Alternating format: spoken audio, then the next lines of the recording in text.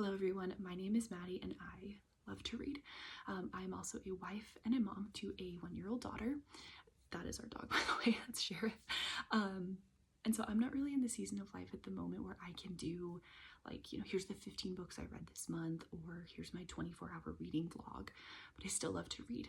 I still love seeing people's TBRs, their recommendations, and so I thought it'd be fun to maybe try to create a space for other moms or just other busy people who don't have a whole lot of free time but still love to read and still love to maybe look at a more like normal paced, realistic paced reading.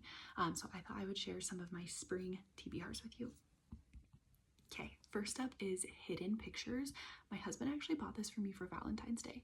I have seen this all over social media. I see it in every bookstore I go to, so I am so excited for this book. I've actually read a couple chapters so far, and it gets to it. Like, it gets to the point. If you're the type of reader who needs to be like drawn in right away, like you need that hook to just keep you going, grab this. This is awesome. The premise is that our main character, Mallory, she is a young recovering addict who is hired by the Maxwells to watch their 5-year-old son over the summer. Everything seems pretty normal at first. The area they're in, it's outside of Philadelphia. It's very picture perfect suburbia. There's no crime. Everyone walks around at night. It's just kind of picture perfect. Teddy, speaking of pictures, he starts drawing some kind of disturbing stuff. A man burying a woman like hiding under the kitchen table when they're just like hanging out, which is really creepy.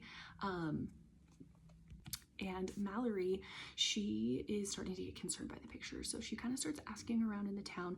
Come to find out, the guest house she is staying in on the family's property used to be like the local like boogeyman house. So supposedly a woman went missing there after World War II. It was like her artist shed.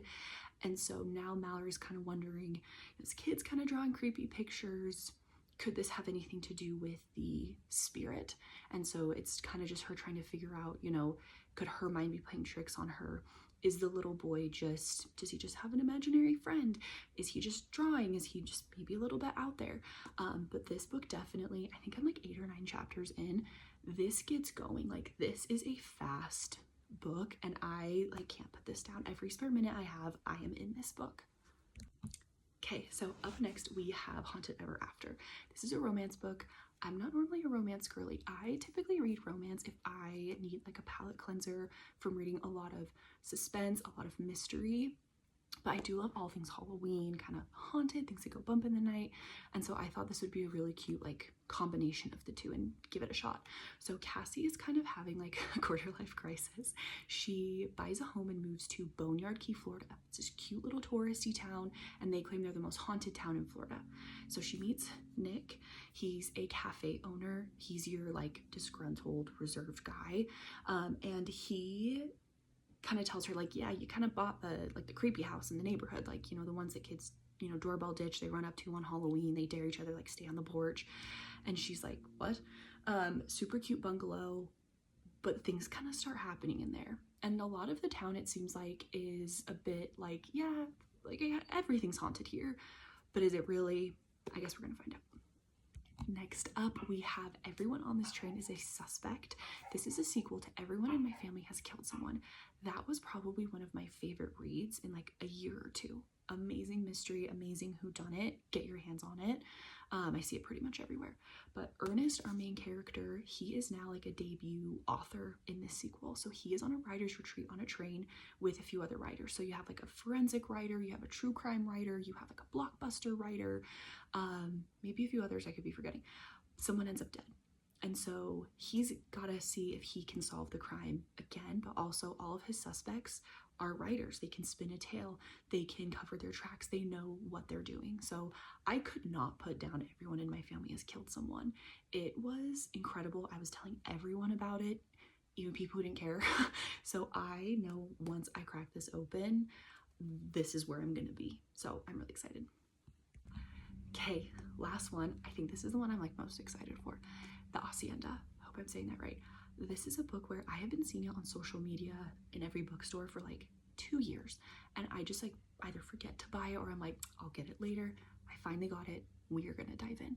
So this centers on Beatriz. It's after the Mexican Revolution. Her father is killed. She loses everything. She's able to marry a rich man and moves with him onto his hacienda. Now, rumors are swirling around about what happened to her husband's first wife, and things start getting pretty weird at the hacienda. I love gothic horror. To be honest, after I had my daughter, I can't do a lot of horror. But I have heard from people who have read this that this is kind of like a horror light, like nothing too crazy, nothing too disturbing. And so if you're someone who does like suspense and creepiness, I think this is going to be a really good pick. It kind of reminds me of another book that I read called Mexican Gothic. It is by a different author, but I typically see these recommended together, and that was an amazing gothic tale. So I am really excited for this one. Okay, here they are, my spring TBR. I really hope I can get through these by summer. Like I said, I love to read. I definitely slowed down after my daughter was born, but we are getting back into it. If you've read any of these books, let me know what you thought in the comment section down below, or let me know what's on your current TBR. I'm just excited to get back into it and talk to you guys and kind of just bounce ideas off, bounce books off, or kind of what everyone thought, because everyone typically has a different experience with a book. So I hope you guys have an awesome day. Thank you so much for watching. Keep on reading.